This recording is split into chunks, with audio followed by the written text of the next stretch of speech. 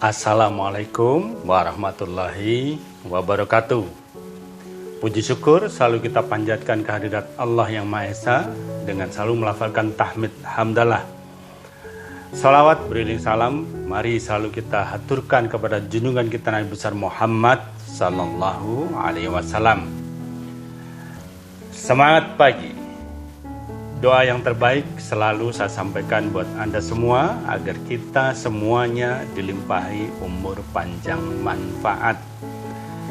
Saudaraku dimanapun Anda berada, salah satu cara menyampaikan pendapat, salah satu cara agar keinginan kita diketahui, salah satu cara agar maksud kita difahami orang lain adalah dengan berkomunikasi.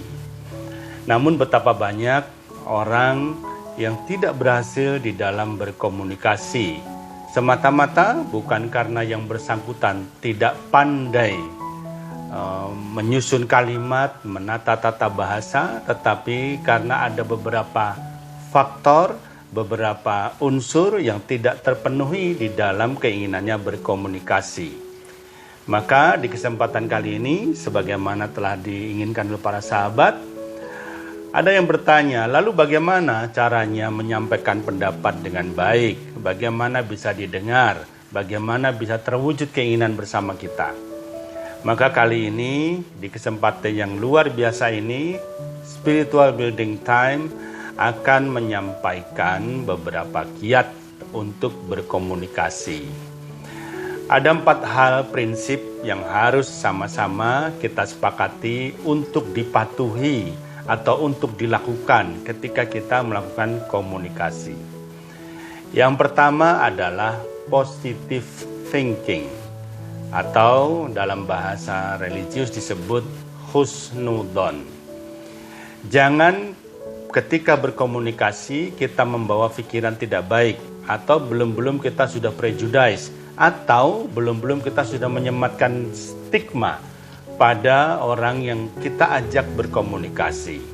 Ini akan merusak seluruh keinginan atau seluruh kemurnian untuk menyampaikan sesuatu atau memecahkan masalah. Karena dalam diri kita sudah dibebani dengan sesuatu yang negatif. Sehingga hampir seluruh kesimpulan kita akan mengarah kepada hal-hal yang tidak sebenarnya atau boleh dikatakan belum-belum sudah curiga duluan. Maka yang kayak begini ini tidak akan bisa membangun komunikasi dengan baik. Berbaik sangkalah, gunakan azas praduga tak bersalah agar yang bersangkutan mampu menyampaikan kebenaran seperti yang kita inginkan dengan baik, agar yang bersangkutan bisa menerima keinginan dan informasi kita dengan baik, yang pada akhirnya komunikasi itu bisa terjalin dengan sempurna. Yang kedua, jujur. Memberikan fakta yang sebenarnya, memberikan logika yang baik, memberikan data yang valid, memberikan informasi yang sebenarnya, ini menjadi modal utama dalam membangun komunikasi yang positif, komunikasi yang baik, komunikasi yang bertimbal balik. Meskipun kadang-kadang hanya untuk kelakar, tetapi berbohong itu tidak ada manfaatnya. Kelucuan yang diambil dari kebohongan itu juga bukan satu kecerdasan atau satu hiburan yang menyegarkan.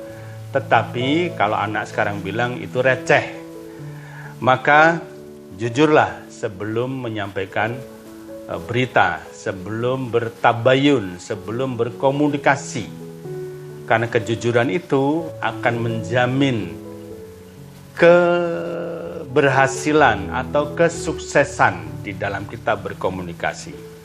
Terutama jujur pada diri sendiri, terlebih kepada orang lain. Yang ketiga adalah kemampuan mendengar, kemampuan menyimak. Betapa banyak di antara kita yang maunya didengar, maunya diikuti, tetapi tidak pernah mau mendengar keluhan, berita, informasi, atau komunikasi yang dilakukan oleh pihak lain. Maka yang seperti ini juga akan menggagalkan keberhasilan berkomunikasi. Punyailah kesabaran, punyailah intensitas, punyailah kelegaan, dan punyailah kemahiran mendengar tiap apa-apa yang disampaikan kepada kita. Lalu, cerna dengan sebaik-baiknya, kaji dengan sedalam-dalamnya. Jangan berburu-buru menyampaikan pendapat, jangan tergesa-gesa memotong pembicaraan, juga jangan lantas dengan semena-mena kita menyematkan stigma hanya karena kita baru mendengar seperempat atau bahkan baru ujung pembicaraan. Jadilah pendengar yang baik, maka komunikasi itu akan berjalan dengan sempurna. Yang paling akhir adalah sampaikan dengan cara yang baik, dengan cara yang bisa diterima, dengan gaya yang tidak terlalu sombong, tidak merasa lebih tinggi, juga tidak dengan menggurui. Sampaikan informasi itu apa adanya, sampaikan maksud Anda itu dengan sejujurnya. Maka kalimat yang baik itu kadang-kadang mampu mempengaruhi pendapat juga hasil komunikasi nanti. Susunlah kalimat itu dengan sempurna, atau setidak-tidaknya berhati-hatilah mengungkapkannya. Sahabatku yang baik, Tuhan pun mengajarkan agar kita berkomunikasi dengan bahasa yang santun, dengan bahasa yang indah, dengan kalimat yang menenteramkan, agar keberhasilan kita menyampaikan pendapat, bahkan keberhasilan kita mempengaruhi orang dalam kebaikan yang kita inginkan, itu mendapatkan hasil yang paripurna. Do the best, got the rest. Assalamualaikum warahmatullahi wabarakatuh.